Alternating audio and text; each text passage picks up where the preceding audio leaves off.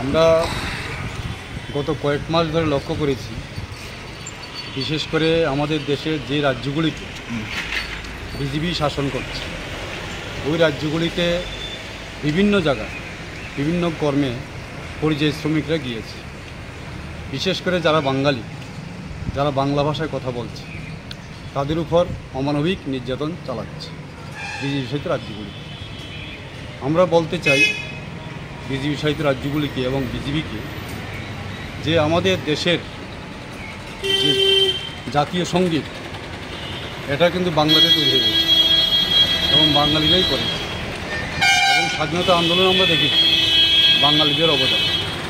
যদি বাংলা ভাষায় কথা বললে তারা বিদেশি হয় বা বাংলাদেশি হয়, তাহলে আমি বলতে চাই আমাদের দেশের যে প্রধানমন্ত্রী নরেন্দ্র মোদী, উনিও পশ্চিমবঙ্গে কোনো এক সময় এসে জনসভা করতে গিয়ে শুরুতেই প্রথমে বাংলায় কথা বলেছে, তাহলে উনিও বিদেশি আমাদের বক্তব্য।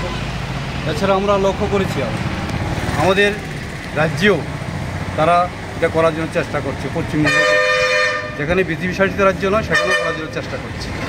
আমরা সিপিআইয়ের পক্ষ থেকে আজকে আমরা এই বাঙালিদের উপর যে অত্যাচার এটার বিরুদ্ধে আমরা রুখে দাঁড়ানোর জন্য এখানে প্রতিবাদ সভা করছি। তাছাড়া আমরা লক্ষ্য করেছি 2014 সালের পর আমাদের দেশে যখন আরএসএস পরিচালিত বিজেপি সরকার গঠিত হয়েছে, তখন তারা ধর্মের সুশ্রী দিয়ে ধর্মের ভিত্তিতে বিশেষ করে হিন্দু মুসলিমের তকমা দিয়ে দেশের মধ্যে একটা ধর্মীয় মেরুকরণে করার জন্য তারা চেষ্টা চালিয়ে যাচ্ছে। এখন এটাকে পিছিয়ে রেখে এখন তারা ভাষা নিয়ে একটা মেরুকরণ তৈরি করার চেষ্টা করছে। এর বিরুদ্ধে সিপিআই সারা দেশে আজকে আমরা এই প্রোগ্রাম করে যাচ্ছি।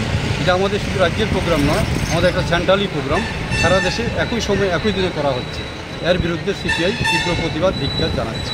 তাছাড়া আমরা লক্ষ্য করেছি আরও এসআইআর আমরা পূর্বেই আন্দোলন করেছি। এসআইআর বিশেষ নিবিড় যে সংশোধনী যে নির্বাচন তারা করছে এর বিরুদ্ধে আমরা লড়ে দাঁড়াচ্ছি। আমরা কি দেখেছি বিহারে আগামী কিছুদিনের মধ্যে ইলেকশন বিধানসভা নির্বাচন, এখানে তারা এসআইআরের নাম এখন পর্যন্ত প্রায় 65 লক্ষ ভোটারকে বাদ দিয়েছে। বিশেষ করে যারা বিরোধী দলের লোক আছে তাদেরকে বাদ দিচ্ছে। কৃষক, শ্রমিক যারা স্বাধীনতার জন্য আজীবন সংগ্রাম করে দিয়েছে এদেরকে বেছে দেখে যারা বিরোধী করে তাদেরকে বাদ দিয়েছে। আজকে সারা দেশে বিশেষ করে দিল্লিতে ইন্ডিয়া জোট এর বিরুদ্ধে তীব্র আন্দোলন সংগঠিত করছে এবং এই আন্দোলনকে আমরা সিপিআই রাজ্য পরিষদ ত্রিপুরা রাজ্যেরও সমর্থন করছি। আপনার পরিচয়? মিলন বৈদ্য, সিপিআই রাজ্য সম্পাদক। ধন্যবাদ।